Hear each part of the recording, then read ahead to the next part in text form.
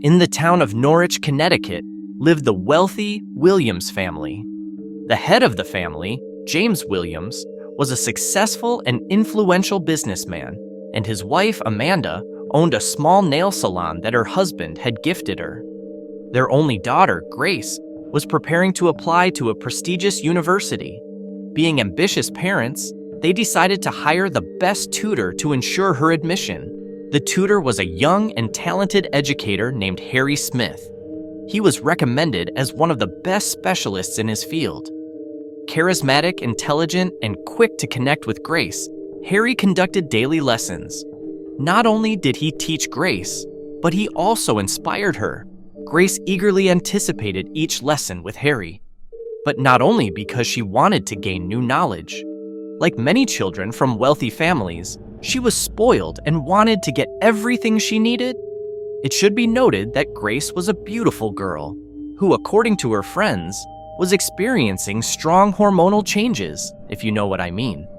For the first time, she felt that studying could be not only useful, but also engaging. Harry was not just a teacher, but a true mentor who knew how to inspire and motivate. Moreover, he was quite an attractive man. Grace's mind was consumed with just one thought: I want him to be mine. With each lesson, their connection grew stronger. They discussed not only academic material, but also books, movies, and music. Grace almost openly flirted with Harry. He, in turn, pretended not to notice but didn't refuse to spend time with her, as he was well compensated for his work. Grace began to notice that her charms were starting to work, and Harry was increasingly discussing not only professional topics with her. She often caught herself thinking about Harry outside of their lessons. The girl imagined them together. Her heart raced faster when he was near, and she started to notice how he looked at her with warmth and attention. One evening, Grace decided to take action and called to confess her feelings to Harry. He understood what Grace wanted, and as a man, he was flattered by the attention from a charming girl. He suggested they meet that evening at a cafe. He was at a crossroads. Should he continue this risky affair and take advantage of the situation, or remain professional? Harry decided to take the risk, as such an opportunity might come only once in a lifetime. They started spending more time together outside of their lessons. Their secret meetings became a delightful adventure for both of them. However, this openness would turn out to be a fatal mistake. On one such evening, Harry invited his beloved out on a date for dinner at a small, cozy cafe on the outskirts of town. Grace wore her favorite dress and waited for Harry at the entrance of the cafe. In the cafe, they chose a secluded table in the corner, away from curious eyes. The evening unfolded in a warm atmosphere. They talked about their dreams, fears, and plans for the future. Harry shared stories about his student years, how he came to the profession of tutoring, and how it had profoundly changed his life. With each word, Grace fell deeper in love. They stayed at the cafe until closing, oblivious to how quickly time had passed. The passionate farewell that evening was one of the last pleasant moments in their relationship. James Williams, Grace's father, had long suspected that something was going on between his daughter and her tutor. He noticed how often she was out late and didn't disclose where she had been or with whom. James decided to follow Grace. He hired a private detective who provided him with evidence of their relationship: photos, recorded conversations, and messages. James was filled with rage. He could not believe that his daughter was involved with her tutor. In his mind, it was unacceptable. On that fateful evening, James waited for Harry outside his house. When Harry returned, the businessman approached him and a confrontation ensued. Harry realized that the situation was spiraling out of control. He tried to explain his intentions to James, but James was too enraged to listen.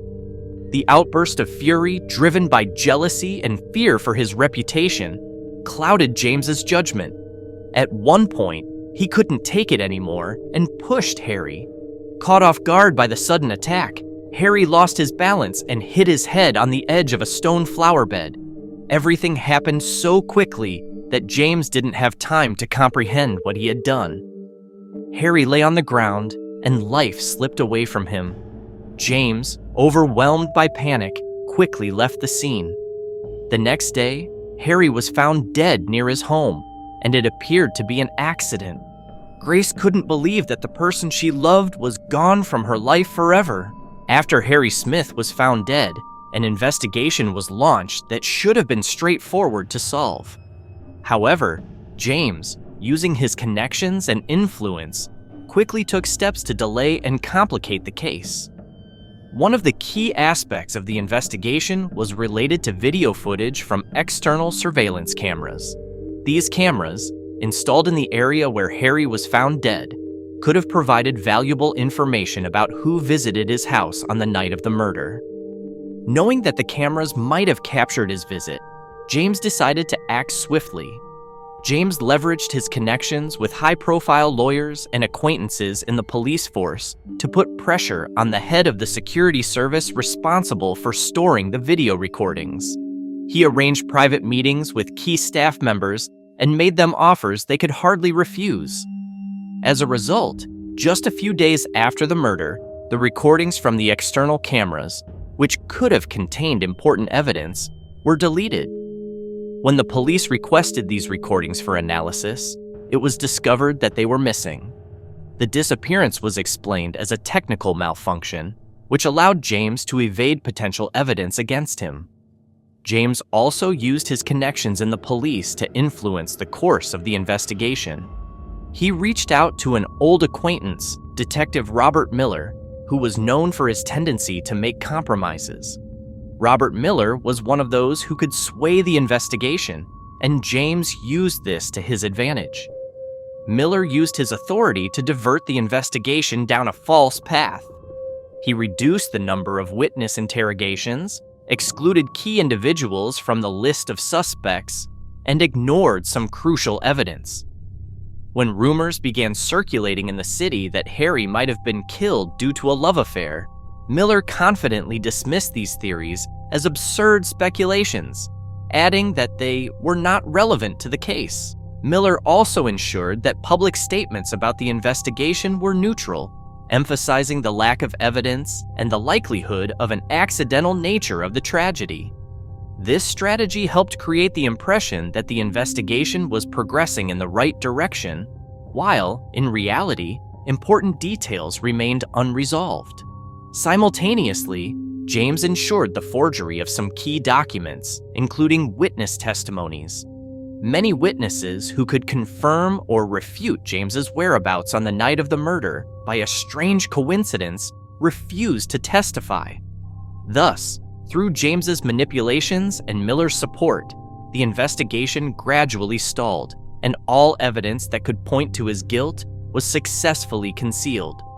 The resulting conditions made Harry Smith's case one of the most convoluted and opaque investigations in the city's history, and the truth was destined to remain hidden for a long time. After several years of quiet surrounding the Harry Smith case, significant changes took place in Norwich. A new detective, Eric Hopkins, who was known for his expertise in unraveling complex and convoluted cases, joined the police force. One of his first assignments was to review old and unsolved cases, including that of Harry Smith.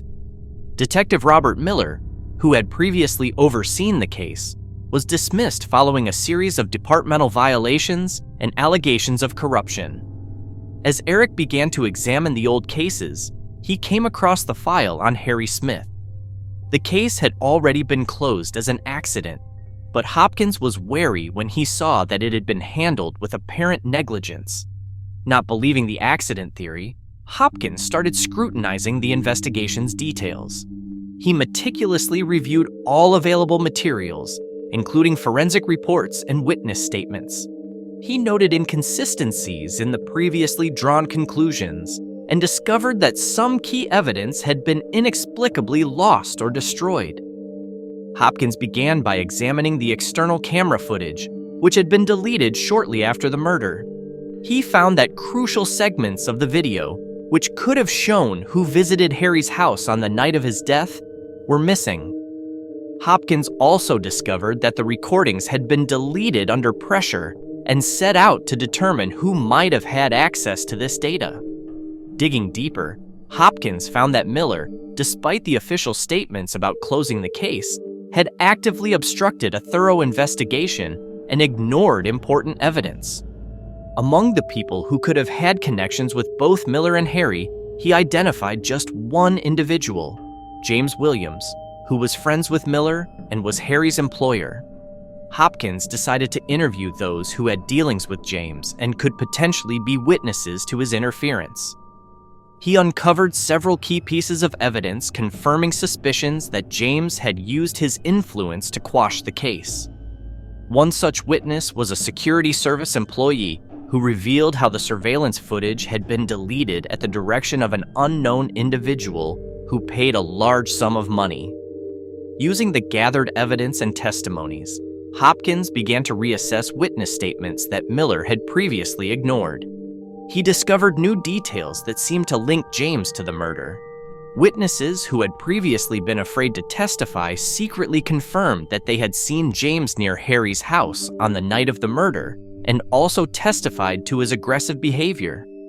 Hopkins was also able to recover some of the deleted footage, which showed that James was in the vicinity of Harry's house at the critical moment. These new pieces of evidence became pivotal in reopening the investigation. When Detective Eric Hopkins gathered enough evidence to arrest James Williams, he proceeded with the operation to detain him. This part of the job was carefully planned, as Hopkins knew James was an influential figure who might try to evade justice by any means. On the day of the arrest, Eric and his team, armed with an arrest warrant, arrived at James's luxurious mansion early in the morning. All actions were conducted under strict secrecy to prevent any warning to James and his lawyers. When James, shocked by the sudden visit from law enforcement, opened the door, Hopkins introduced himself and informed him of the charges. James, seeing the detectives and realizing he was caught, initially tried to remain calm, but as he saw his plans crumbling, he decided to use his power and influence to avoid arrest. He began to threaten Hopkins and tried to manipulate the situation. James started shouting and attempting to obstruct the arrest, but despite his protests and resistance, he was taken into custody and transported to the police station. When the case went to trial, James continued to insist on his innocence. His lawyers mounted a powerful defense, attempting to disprove the evidence collected by Hopkins. They claimed that James had become a target of business rivals and that the evidence was fabricated. In court, James tried to portray himself as a victim and played on public opinion, leveraging his influence. His lawyers attempted to discredit Hopkins, arguing that the detective was biased and unfair. Nevertheless, Hopkins presented compelling evidence supported by testimonies that confirmed James's interference with the investigation. He showcased witness statements, restored footage from the cameras, and documents indicating attempts to conceal evidence. The trial was tense and dramatic. James's defenders tried to divert attention from the real evidence, but Hopkins's arguments were too convincing. Court proceedings revealed that James had used his influence to suppress the case and avoid accountability. Prosecutors and investigators provided evidence of how James manipulated the investigation and suppressed crucial evidence.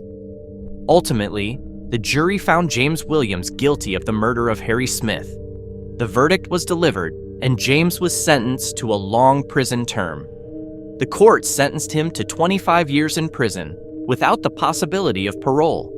But there was good news too. Grace eventually got accepted into university.